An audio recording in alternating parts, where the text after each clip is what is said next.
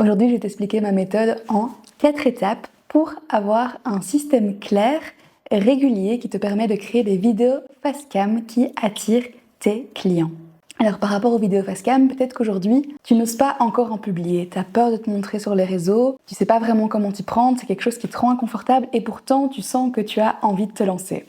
Ou alors peut-être que tu as déjà posté quelques vidéos, mais tu trouves ça compliqué, ça prend beaucoup de temps entre le tournage, le montage, tu sais pas trop comment t'y prendre d'un point de vue technique et tu laisses tomber parce qu'en fait tu te dis c'est pas pour moi, c'est trop compliqué. J'ai envie de te donner les clés pour te prouver que c'est possible, avec une méthode claire, simple et structurée, d'arriver à publier de manière régulière des vidéos qui te ressemblent, qui reflètent ton essence à toi, pour faire en sorte d'engager ton audience et d'attirer tes clients de cœur. Alors, comme je le disais, cette méthode se décline en 4 étapes. Et je vais t'expliquer les différents points de chaque étape tout au long de cette vidéo. La première étape, c'est la clarté. L'idée ici, ça va être de définir qui tu es, quelle est ton essence, quelle est l'énergie que tu as envie de transmettre, le message que tu veux dire, que tout ça devienne hyper clair et limpide pour toi pour que tu puisses par la suite incarner au mieux ce message dans tes vidéos. C'est une étape qui est fondamentale et qu'on oublie souvent. Tout le côté réflexion, un peu plus stratégique. Quelle est l'énergie que tu as envie de transmettre? Est-ce que tu es plutôt une personne douce, une personne peps? Qu'est-ce que tu veux que tes clients disent de toi? C'est important de commencer par se poser toutes ces questions-là pour vraiment identifier quels sont les messages que tu veux transmettre via ta vidéo. Et les messages vont se transmettre non seulement par le fond, donc par ce que tu vas dire en tant que tel, le message concret mot pour mot de ta vidéo, mais aussi par la forme. Par exemple, à quoi vont ressembler tes sous-titres? Comment va être ton setup? Est-ce que tu vas être hyper énergétique ou est-ce que tu as plutôt envie de renvoyer un mood calme, posé? Tout ça va te permettre de définir ta singularité à toi. C'est ce qui va te permettre d'attirer les bonnes personnes pour toi, les personnes qui vont résonner de base avec ton énergie et avec ton univers. Une fois que tu as défini ce côté-là, qu'est-ce qui te touche, qu'est-ce que tu as envie de raconter, qu'est-ce qui te tient à cœur dans ton secteur, tu vas pouvoir définir tes piliers de contenu. Alors les piliers de contenu, pour ceux qui ne savent pas ce que c'est, ce sont des thématiques générales que tu vas utiliser pour ta création de contenu. Donc les thèmes, en gros, que tu vas aborder dans tes contenus, principalement sur les réseaux sociaux. Ce n'est pas que pour les vidéos spécifiquement, tu peux aussi l'utiliser dans tes posts, tu peux aussi l'utiliser par exemple dans ton blog si tu as un blog, mais ça va te permettre de structurer tes idées. L'idée ici, c'est pas du tout d'enfermer, c'est en fait de se dire, ok, qu'est-ce qui me tient à cœur, qu'est-ce qui me ressemble à moi, de quoi j'ai envie de parler. Donc tu peux faire plusieurs colonnes, par exemple, à chaque fois mettre un gros titre général et puis noter tes idées de contenu et les classer par thème. Ça va t'aider à structurer tes idées de vidéo et aussi à faire en sorte que ça ne parte pas dans tous les sens. Et une fois que tu as toutes ces idées de vidéos structurées dans des piliers de contenu, tu vas pouvoir les préparer.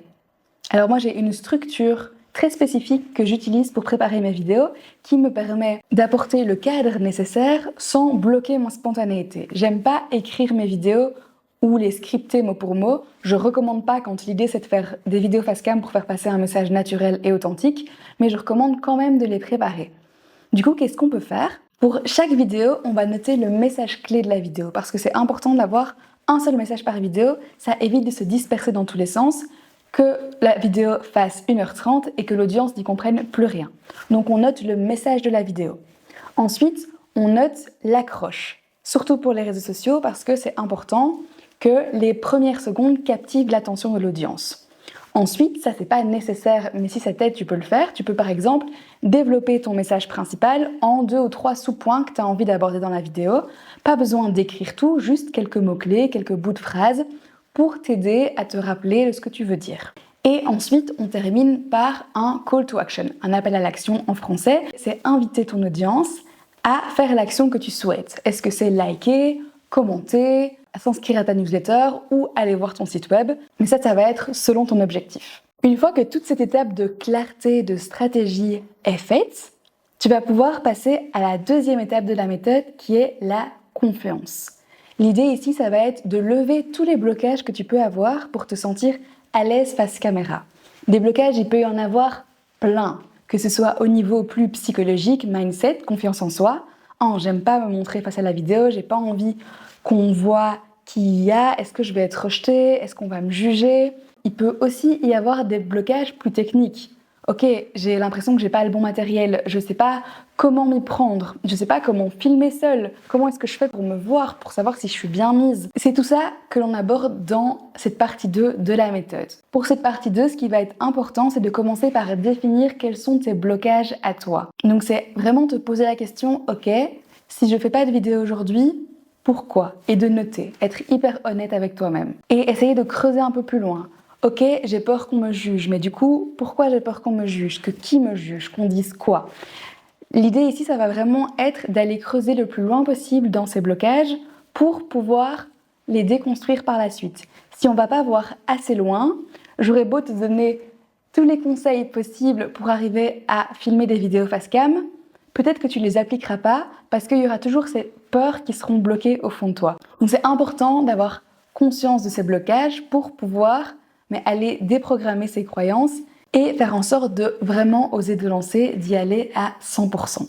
Ensuite, l'idée, c'est de regarder d'un point de vue très concret comment te créer le setup de tournage qui te convient en fonction du matériel que tu as maintenant, de ton budget si tu as potentiellement envie d'investir dans du matériel, ce qui n'est absolument pas obligatoire, et aussi d'un point de vue plus esthétique, de te créer un setup qui va refléter ton énergie avec les mots que tu as définis au premier point. Donc déjà, la première chose, ça va être de faire l'état des lieux de ton matériel. Qu'est-ce que tu as? Est-ce que tu as une caméra? Est-ce que tu as un téléphone? Quel modèle de téléphone? Est-ce que tu as un trépied? Est-ce que tu as quelque chose pour le son? Que tu aies répondu oui ou non à toutes ces questions, il n'y a pas de bien ou de mal. L'idée, c'est juste de se dire comment, avec le matériel que j'ai aujourd'hui, je peux adapter mon setup pour que le rendu soit quand même pro et que l'image reflète la qualité que j'ai envie de renvoyer et l'énergie que j'ai envie de renvoyer. Donc potentiellement, ça va être, ok, comment me positionner?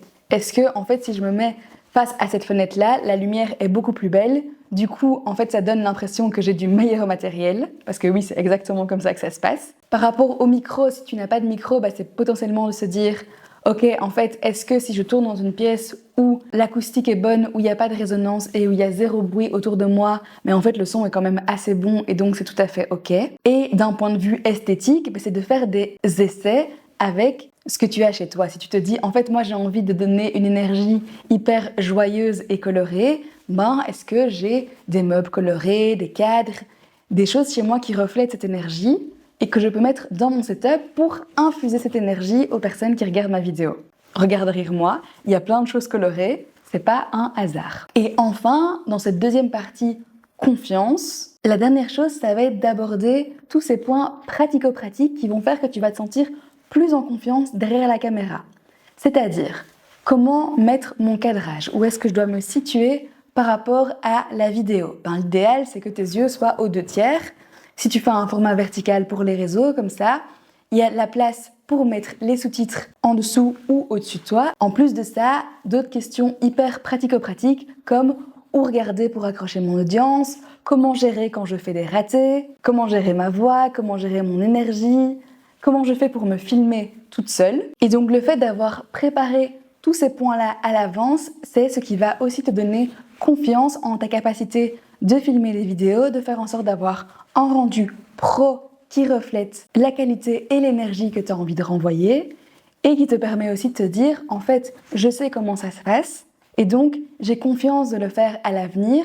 Je sais que ça va me prendre moins de temps parce que j'ai une structure qui est claire dans ma tête. Ensuite, le troisième point de la méthode, c'est la création. En gros, c'est la pratique. On va se mettre à tourner, c'est un peu mon moment préféré, mais avant d'appuyer sur le bouton enregistrer, il y a une dernière chose à faire, c'est de préparer le tournage.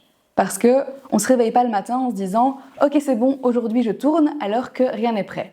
Évidemment, c'est possible, mais c'est le meilleur moyen de se décourager et donc de ne pas recommencer par la suite. Alors, par préparer le tournage, qu'est-ce que je veux dire? Je veux dire avoir déjà testé le setup. Ça, normalement, ça a été fait dans l'étape d'avant, donc c'est ok.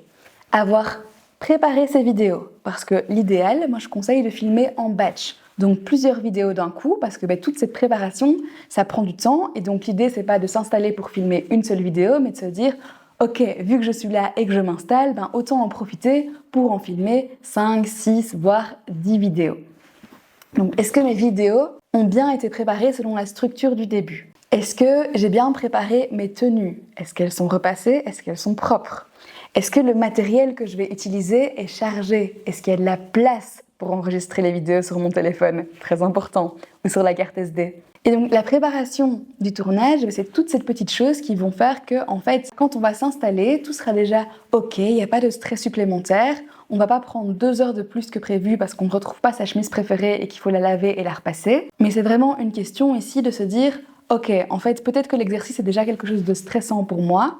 Du coup, savoir que tout ce qui est sur le côté est sous contrôle, mais ça va apaiser mon système nerveux et faire en sorte que je sois dans la meilleure énergie possible pour enregistrer mes vidéos, ce qui est, je le rappelle, très important parce que c'est l'énergie que tu vas transmettre à ton audience et donc à tes futurs clients qui seront attirés par ça. Place au tournage. Et donc, comme je t'ai dit, je te conseille de filmer plusieurs vidéos d'un coup. C'est normal si ça prend du temps au début. Il faut toujours quelques minutes pour arriver à se mettre dans le bain. Donc ne t'inquiète pas si ta première vidéo est un flop. Il y a zéro stress. Commence par celle qui est le plus simple pour toi. Un sujet que tu maîtrises, un sujet avec lequel tu es à l'aise. Et si besoin, tu peux toujours la refilmer après. Il n'y a vraiment aucun souci. Pas de pression. Profite, passe un bon moment et tu verras que avec le temps, la caméra va devenir ton meilleur allié. Alors une fois que les vidéos sont tournées, on va passer au montage. Donc on prend les vidéos de son téléphone ou de sa caméra, on les transfère sur son ordi, parce que je conseille de monter sur l'ordi, ce sera beaucoup mieux pour tes yeux et ça permet aussi d'être plus précis et de mieux ranger tes vidéos dans des dossiers, c'est beaucoup plus facile d'un point de vue organisation. Et donc pour le montage, si tu es débutant il n'y a pas besoin de chercher à vouloir en faire des tonnes. Il suffit juste que ton montage soit propre. La première chose, c'est de couper les moments que tu ne veux pas garder pour avoir une vidéo qui est impactante, où il n'y a pas de répétition et où ton message est très clair, c'est straight to the point. Tu vas travailler le son. S'il n'est pas optimal, tu peux utiliser des petits effets pour l'améliorer. Travailler, si nécessaire, la lumière. Tu peux un petit peu changer les couleurs, par exemple si c'est trop sombre, pour éclaircir un peu et que ce soit plus agréable à regarder. Ajouter des sous-titres, très important quand tu fais du facecam. Et enfin, ajouter un peu de dynamisme à ta vidéo, par exemple en utilisant des zooms lents ou en utilisant des zooms plus rapprochés pour changer les plans. Ça, c'est la base du montage et si déjà juste tu fais ceci, tu auras une vidéo qui est très chouette et très pro à regarder. Si tu as envie d'aller plus loin, tu peux ajouter d'autres choses comme par exemple du sound design. Ça va être des petits effets sonores à rajouter à quelques moments clés de ta vidéo qui vont permettre de garder ton audience captivée et de rendre ça un peu plus fun. La dernière étape, la 4e étape de cette méthode, c'est la diffusion. Parce qu'une fois que ta vidéo est tournée et montée, tu peux la publier. Alors attention, on adapte bien les formats en fonction du réseau social où on veut publier la vidéo. On met du vertical sur Insta, sur LinkedIn et sur TikTok et on met de l'horizontal sur YouTube. C'est important. On crée des photos de couverture, une légende impactante avec pourquoi pas un chouette call to action, le tout aligné et toujours dans cette énergie que tu veux transmettre à ton audience. Et enfin, on publie. Si tu as filmé les vidéos en batch, normalement, tu as quelques vidéos qui sont prêtes à l'avance et donc tu peux programmer ces vidéos-là pour les prochaines semaines / prochains mois et ça va te laisser le temps de voir venir pour préparer la suite. Alors préparer la suite, comment ça se passe ? C'est arriver à mettre en place ce processus d'organisation. Voilà, tu t'es lancé, c'est trop bien, c'est le plus important, c'est de s'y mettre, c'est d'aller dans la pratique. Et maintenant, on va créer un processus pour que ça puisse durer dans le temps. Maintenant que tu l'as fait une première fois, tu as une idée du temps que ça te prend de créer du contenu, de filmer, de monter, de préparer, en te disant évidemment que plus tu vas le faire, moins de temps ça va te prendre. Tu peux te dire, ok, j'ai envie de dédier X heures par semaine à ma création de contenu, à la création de vidéos. Et du coup, sur base de ça, tu vas pouvoir te dire, ok, c'est un objectif réaliste pour moi de publier, par exemple, une fois par semaine, une fois toutes les 2 semaines. Et donc, d'une manière très pratico-pratique, mais tu vas aller bloquer dans ton agenda des plages pour la préparation, le tournage et le montage de tes vidéos pour les prochains mois. Comme ça, tu as tes rendez-vous avec toi-même et ça t'assurera d'avoir une continuité sur du moyen et du long terme. Parce que évidemment, ce qu'on cherche à créer avec cette méthode, c'est quelque chose de durable pour avoir de l'impact. Le fait de publier une vidéo une seule fois, c'est déjà très chouette, mais c'est la régularité et le fait de continuer avec le temps qui va te permettre d'avoir un impact sur ton audience et qui va faire en sorte de vraiment attirer tes clients de cœur. C'est quand ils t'auront vu plusieurs fois qu'ils auront vraiment eu l'occasion de sentir ton énergie parce qu'ils auront vu des vidéos de toi à répétition, qui vont se dire « Oh, en fait, j'adore ce que cette personne fait, je connecte hyper fort avec ses valeurs. » Et donc, j'ai envie de travailler avec elle. Et enfin, la dernière chose, c'est de regarder ses statistiques. Pas tout le temps, pas être obsédé par les stats, mais de se dire, par exemple, OK, une fois par mois, je vais voir en globalité. Est-ce que mes vues ont augmenté? Quelles vidéos ont fonctionné? Quelles vidéos ont moins bien fonctionné? Et par rapport à ton objectif de base, se dire, est-ce que les vidéos que j'ai créées m'aident à me rapprocher de mon objectif? Si ton objectif, c'était vendre, c'est te dire, OK, est-ce que les vidéos que j'ai créées m'ont aidé à avoir plus de prospects?